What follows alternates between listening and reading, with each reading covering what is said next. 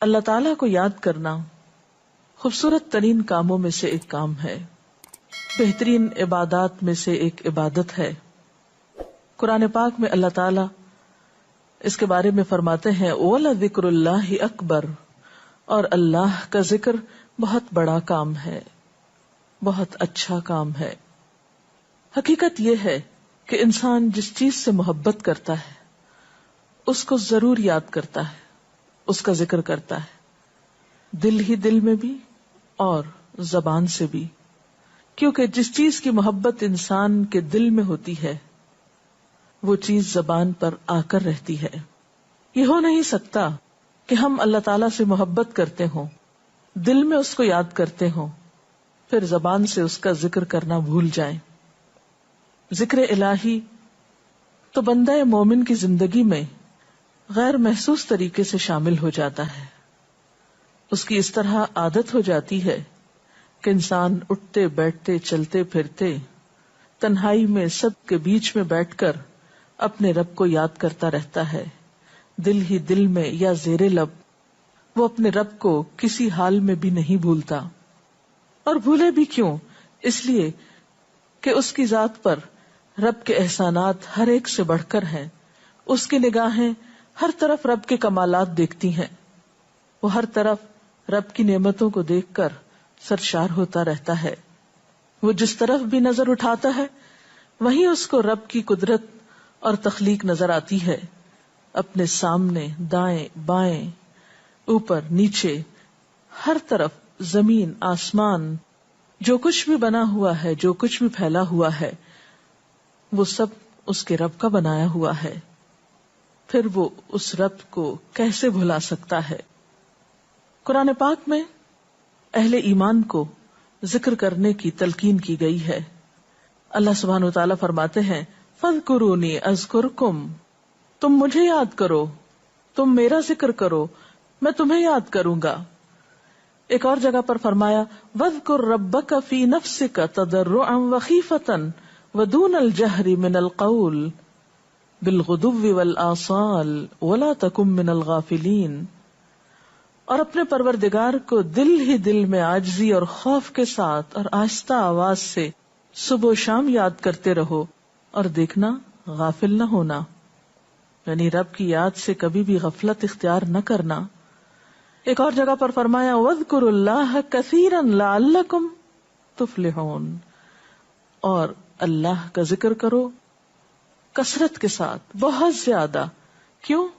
لَعَلَّكُمْ تُفْلِحُونَ، تاکہ تم فلاح پاؤ، کامیاب ہو جاؤ۔ اس سے پتہ چلتا ہے کہ اللہ تعالیٰ کو یاد کرنا کامیابی کی علامت ہے، اللہ کے ذکر میں کامیابی کی ضمانت ہے۔ مومن مردوں اور عورتوں کی صفت قرآن پاک میں یہی بیان کی گئی ہے کہ وہ بہت زیادہ اللہ کا ذکر کرنے والے ہوتے ہیں۔ سورۃ الاحزاب میں آتا ہے وَالذَّاكِرِينَ اللَّهَ كَثِيرًا وَالذَّاكِرَاتِ، اور اللہ کا ذکر کرنے والے مرد اور اللہ کا ذکر کرنے والی عورتیں جو کثرت سے اللہ کا ذکر کرتے ہیں۔ کثیرن اعد اللہ لہم مغفرۃ واجرا عظیما، اللہ نے ان کے لیے بخشش اور بہت بڑے اجر کا وعدہ کر رکھا ہے۔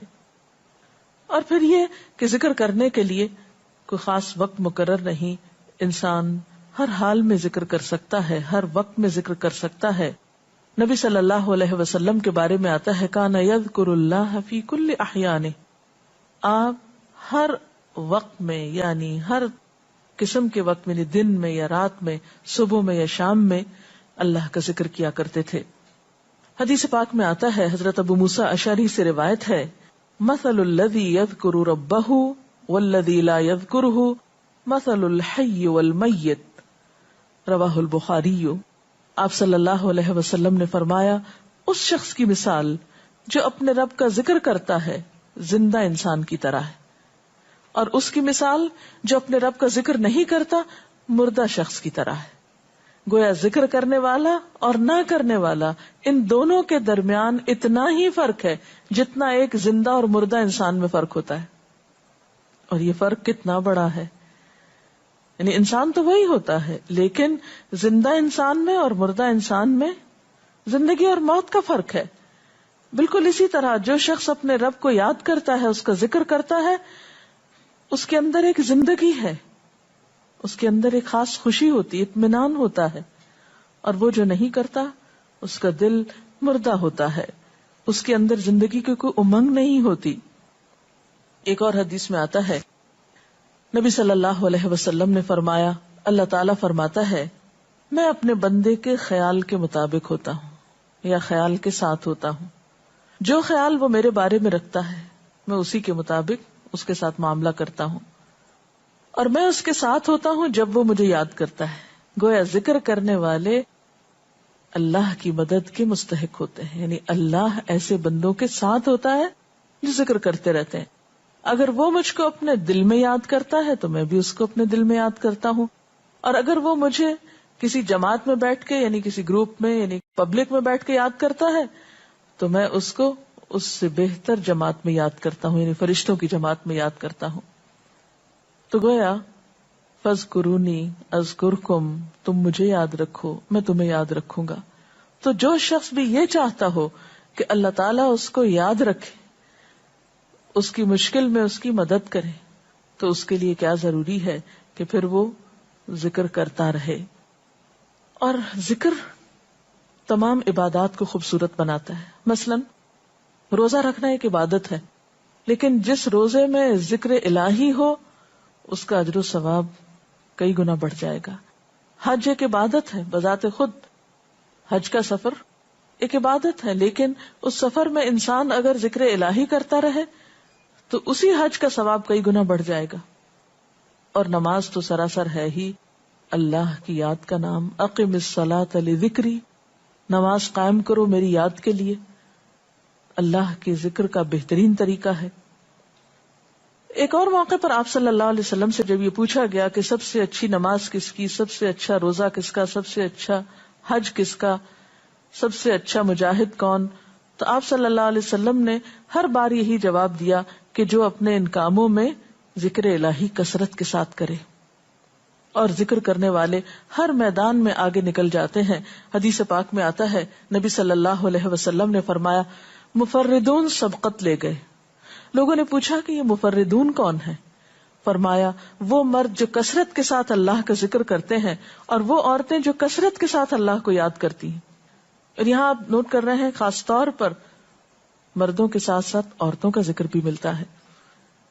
حضرت عبداللہ بن بصر فرماتے ہیں کہ ایک شخص نے عرض کیا یا رسول اللہ صلی اللہ علیہ وسلم، بے شک اسلام کے احکام مجھ پر بہت ہیں، یعنی ذمہ داریاں بہت ہیں، کرنے کے کام بہت ہیں، آپ مجھے کوئی ایسی بات بتائیں جسے میں اپنے لیے لازم کر لوں، یعنی میرے لیے آسان ہو اور میں پابندی سے کر سکوں۔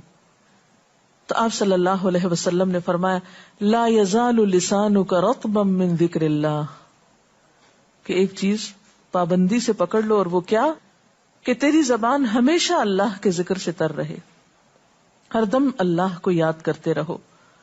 اور یہ ایک حقیقت ہے کہ انسان کوئی بھی کام کر رہا ہو، مثلا خواتین کھانا پکا رہی ہیں، گھر صاف کر رہی ہیں، واک کر رہی ہیں، کوئی بھی کام کر رہی ہیں اس طرح کا، تو اس میں ساتھ ساتھ اللہ کی یاد کرتی رہیں، سبحان اللہ، الحمدللہ، اللہ اکبر، استغفر اللہ، لا الہ الا اللہ، ان اذکار کا ورد کرتے رہیں، تو اس میں کام بھی ہوتا رہے گا اور اس کے ساتھ ساتھ اللہ کی یاد بھی ہوتی رہے گی۔ خصوصی طور پر دو کلمات ایسے ہیں جن کے بارے میں بہترین اجر کی خوشخبری سنائی گئی۔ آپ صلی اللہ علیہ وسلم نے فرمایا کلمتان، دو کلمات ایسے ہیں خفیفتان علی اللسان، جو زبان پہ بہت ہلکے ہیں، یعنی پڑھنے میں کچھ مشکل نہیں، ثقیلتان فی المیزان، میزان میں بہت بھاری ہیں، حبیبتان الی الرحمن، رحمان کو بہت محبوب ہیں، اور وہ کیا ہیں؟ سبحان اللہ و بحمدہ، سبحان اللہ العظیم۔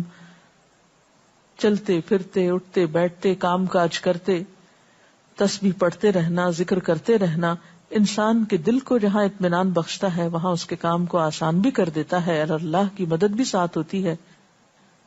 اور قرآن پاک میں ایسے لوگوں کے لیے خوشخبری ہے، الا بذکر اللہ تطمئن القلوب، سنو اللہ کے ذکر سے دلوں کو اطمینان ہوتا ہے، اور ویسے بھی میزان میں بہت بھاری نیکی ہے۔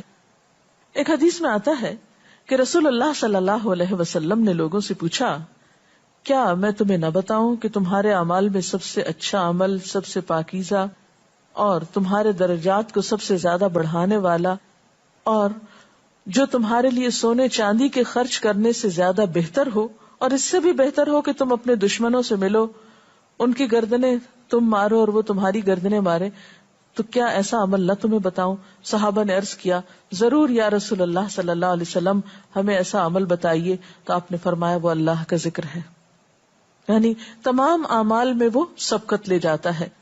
اسی طرح ایک اور حدیث میں ہے، رسول اللہ صلی اللہ علیہ وسلم نے فرمایا کہ جب بھی کچھ لوگ بیٹھتے ہیں اور وہ اللہ کا ذکر کرتے ہیں، یعنی کسی مجلس میں اکٹھے ہو کر بیٹھتے ہیں، تو اللہ کی رحمت ان کو ڈھانپ لیتی، ان پر سکینت نازل ہوتی ہے. اللہ تعالیٰ ان کا اپنے ہاں ذکر کرتے ہیں. گویا اکیلے بھی ذکر کیا جا سکتا ہے اور کسی مجلس میں اکٹھے بیٹھ کر بھی.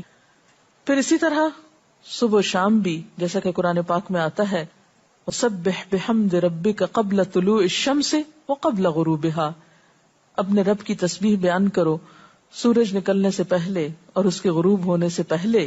ایک اور جگہ پر آتا ہے وَسَبِّحْ بِحَمْدِ رَبِّكَ بِالْعَشِيِّ وَالْإِبْكَارِ، اپنے رب کی حمد و ثنا بیان کرو عشی کے وقت یعنی عصر کے وقت، والابکار اور صبح کے وقت. عشی کا لفظ جو ہے یہ زوال شمس سے غروب شمس کے درمیانی وقت کو کہتے ہیں. پھر اسی طرح انبیاء علیہ السلام کے بارے میں ہم دیکھتے ہیں، حضرت داؤد علیہ السلام بہت خوبصورت آواز سے، بہت خوبصورت انداز میں اللہ تعالیٰ کا